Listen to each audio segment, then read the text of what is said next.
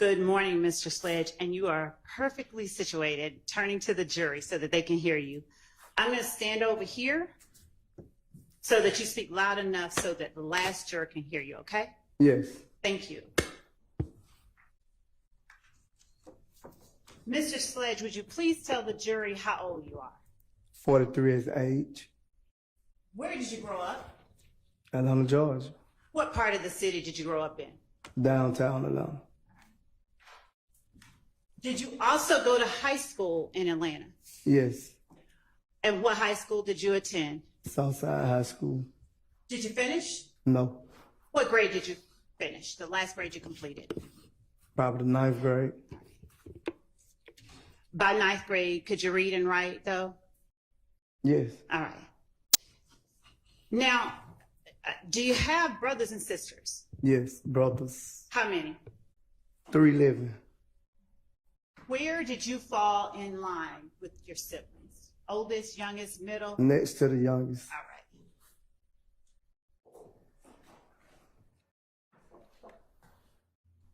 right. Do you know of a person named Kenneth Copeland who answers to the name Woody? Yes. All right. You sort of frowned up your face. Why'd you do that? No reason. All right. Come on now. Do you know of a person named Jeffrey Williams who answers to the name Thug? Yes. What about a person named Shannon Stillwell or Shannon Jackson who answers to the name SB? Yes. Do you know a person named Diamante Kendrick who answers to the name Yak? Yes. Do you know a person named Demekion Garlington who answers to the name Lil D? Yes. Do you know a person named Quindarius Zachary who also answers to the name Lil D? Yes. How do you distinguish one Lil D from the other when you're just talking in regular conversation? I call both of them D. Okay. And if someone asks you which D, how do you respond? D. If you're talking about Quindarius Zachary? D. Lil D. Lil D. Do you know of a person named Rodelius Ryan? No. Okay. Do you know of a person named Marquavius Huey who goes by the name Quay? No, I don't know him, but I've heard it around the way. So you do know of him, or you? I know of him. Okay. What about Quamarvius Nichols? Do you know of a person named Quamarvius Nichols who answers to the name Quay as well? Of him. Do you know a person named Quantavius Greer who answers to the name Thunk? Yes. Do you know of a Dolly Greer or a Max Greer? Yes. What about Dora Greer? Yes. All right. Do you know them to be Jeffrey Williams' sisters? Yes. Now tell the jury, if you will, how well you would say that you know Jeffrey Williams. I've been knowing Jeffrey Williams since he was probably like 16. How many years would that make it that you've known him? What is 2024? Probably like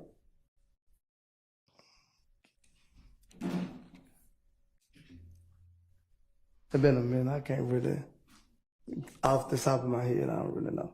If it was when he was 16, about how old were you when you first met him? I was 20 something.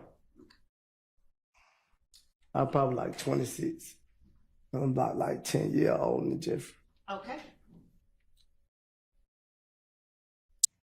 Tell the jury, if you will, how well you know Shannon Stillwell or SB.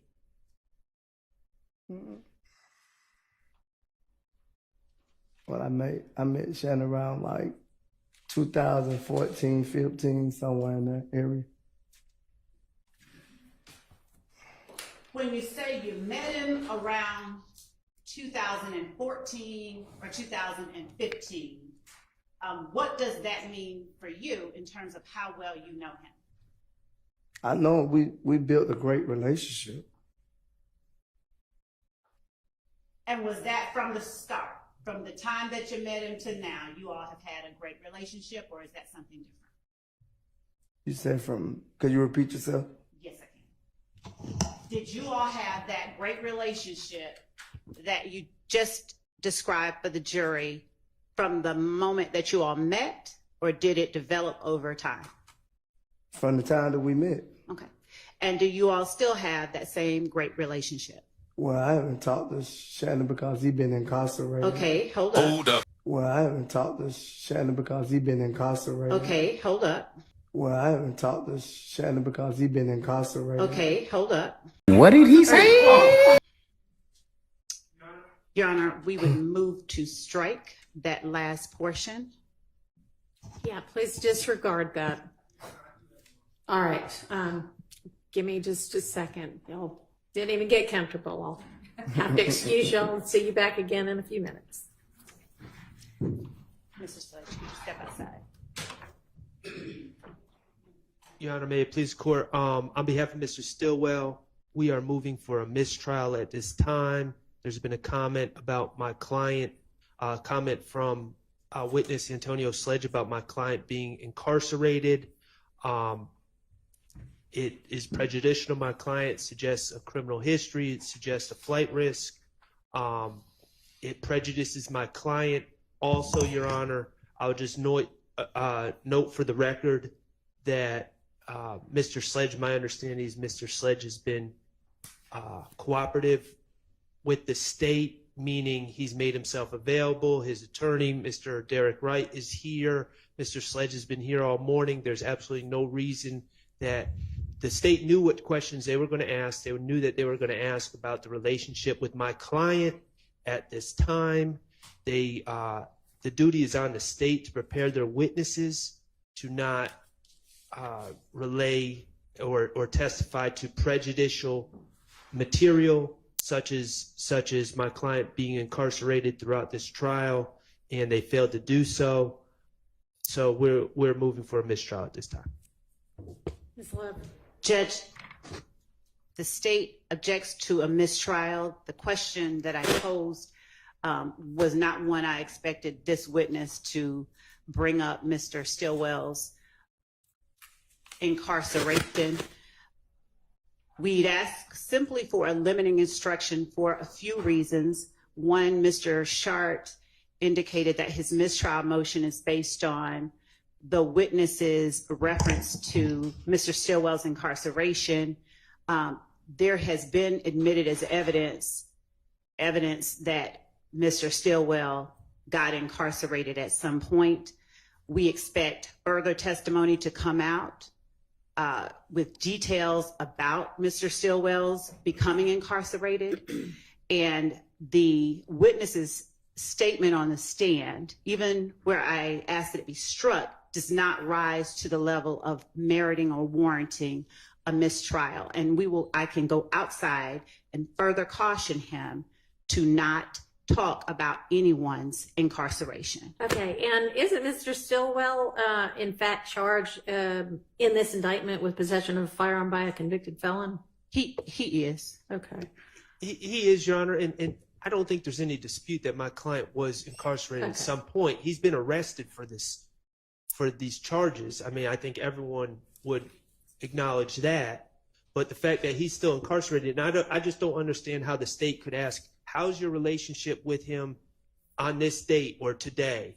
And they wouldn't expect a witness who apparently wasn't prepped to say, oh, well, actually, I haven't been able to talk to him because he's incarcerated. That seems like a very likely that's not answer. exactly what happened. Well, whatever the transcript shows, it seems like that was a very predictable answer to that question. Okay, I mean, it sounded to me the way it came up.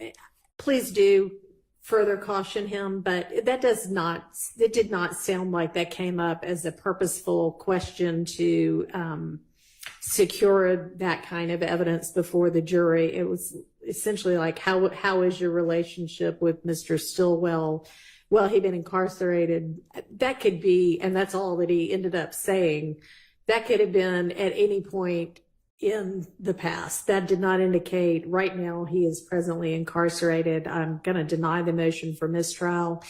If you want a further any kind of instruction, let me know that. But given that evidence has already and is going to come out that at some point in Mr. Stillwell's past, he has been incarcerated, this really is nothing beyond what they're going to know anyway. May I step outside? You may.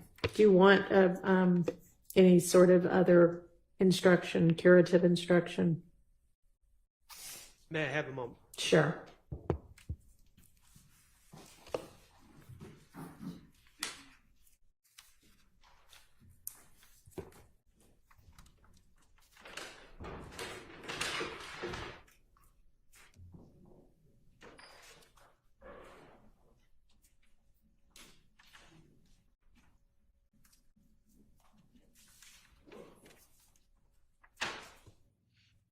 Your Honor, Yes. I believe that you have already instructed the jury to disregard the last comment. So at this point, I don't want to bring more attention to it. I would, for the record, though, renew my motion for mistrial to preserve this issue and reserve it before the next questions. All right, understood. Thank you.